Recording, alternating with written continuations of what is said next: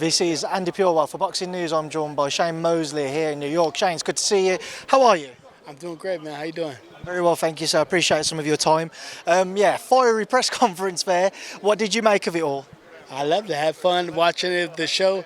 I just have my popcorn. That's all. Obviously, you've been introduced into Team Haney, into their camp for this fight, I assume for longer as well. Talk to me about this link-up, why you feel like it's a correct move for all parties and what you're going to look to help Devin with moving forward. Well, I think there's a great move. It's like a family now, and there's no backbiting or anything. Everybody's working together on all cylinders, and Haney, Devin is very comfortable. So it's like there's no tension in the camp. Everybody's like family, and if there's anything that we can all talk it out, So I think that Devin right now is in a great position. He feels good. He feels great, and I believe he stops Ramirez. I believe he stops him maybe 6 rounds, 6, 7 rounds. I'm going on record saying that. On that note, obviously, one thing Devin doesn't have in his favour is activity. He hasn't fought since the fight with Ryan Garcia last April. Do you see that being an issue at all? No, because I've been in the ring with him, and I know how fast he is and how hard he punches.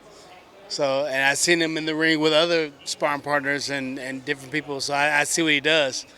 You seem to be very impressed by Devin's power. That's something many people don't speak about, not associate with him. What gives you the confidence that he can go on to stop somebody like a Jose Ramirez? Because I show him little techniques of how to turn it over, turn the power over, the hooks and stuff, and I've seen him do it to other sparring partners and how he lands the shots. I felt it on the body protector, I see what he's doing.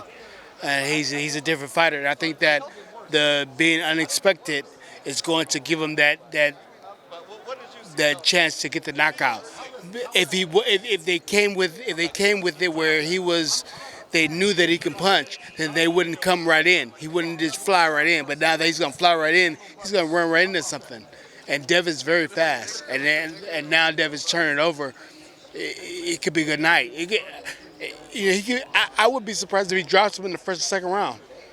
If he drops Ramirez from running in, I wouldn't be surprised.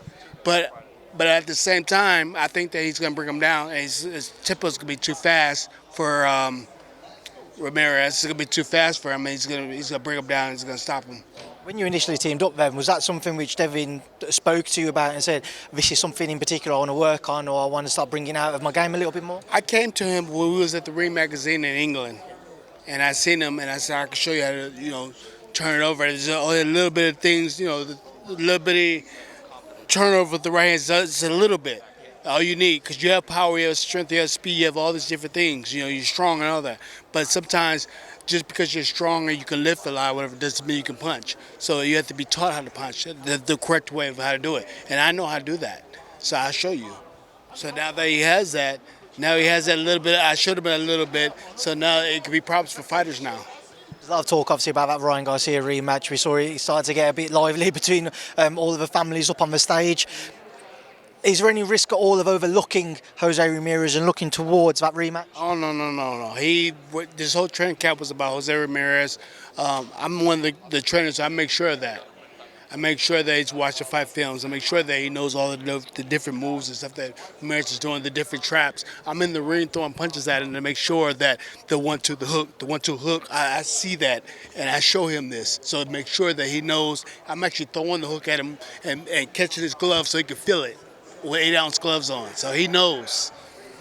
The Ryan Garcia rematch, though, how big of a contest will that be, provided Ryan comes through Rolly and Devin comes through Jose? How big of a fight are the boxing fans in store for what I'd imagine be the second part of this year? It's going to be a great fight, man. I know where Devin's at. I know his mind. I know his mentality. I know that he's raised sharp. He's ready to go. If he fights, works out, trains the way he did for this fight, yeah, Devin's the man. I know you've very much been focused on Jose Ramirez, but maybe away from that and without maybe telling Devin, have you looked into that Ryan fight just to see where his weaknesses were, where he fell short against Ryan, just for future preparations, just to bring maybe... We know what it was. I mean, I'm very much a student of the game, so I know exactly what Ryan did. Ryan throws the left hook exactly when you throw your punch. So he throws his punch, and Ryan's going to time you at the same time. He times it so you can't get away. So I know how to get away from that. I know how to block that. I know what to do with that, how to step into that. You know what I'm saying? That what he was reaching, he reached instead of stepping to him. So if you hear and you step to him instead of reaching like this, then you won't get hit with the shot. Come on, man. I got it. It's not gonna happen no more. He's done. So we got Devin Haney version 2.0 under yourself and under behind. Not just me. I mean, you have Nate Jones. There's a whole slew of trainers. I gotta tell. There's a whole slew of trainers that we all work together. Slav. We got there's a lot of trainers. I've been saying that we work together and make sure that we all come together and make it a beautiful team. Also got you, Shane, quickly a couple fights I want to get your thoughts on. Did you watch Eubank Jr and Benn on the weekend? I watched a little bit of it. I didn't see the whole thing, but I seen the intensity of it. And I loved it. I loved that they both fought so hard and gave the 100%, like gave everything. And that's what the fight fans, everybody, the world deserves and needs and wants. And last one from me, up heavyweight, Alexander Usyk and Daniel Dubois are going to have a rematch. What do you think? Do you think Daniel will be the man to defeat Alexander for the first time in his professional career? It's very possible. I mean, you know, Dubois knows exactly where to go now to get a reaction from him. So if you can't hit his head, then maybe I go to the body, right?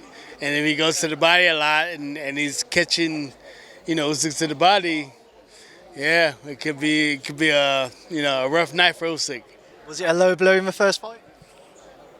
It was probably kind of close, but I wouldn't say low where you had to go down like that. But I think it was on the belt line, and he felt the power and stay down a little bit. I mean, it's questionable low blow. It was questionable. I just remembered one more I want to ask you about. A lot of talk about Canelo and Terence Crawford in the back end of this year in September.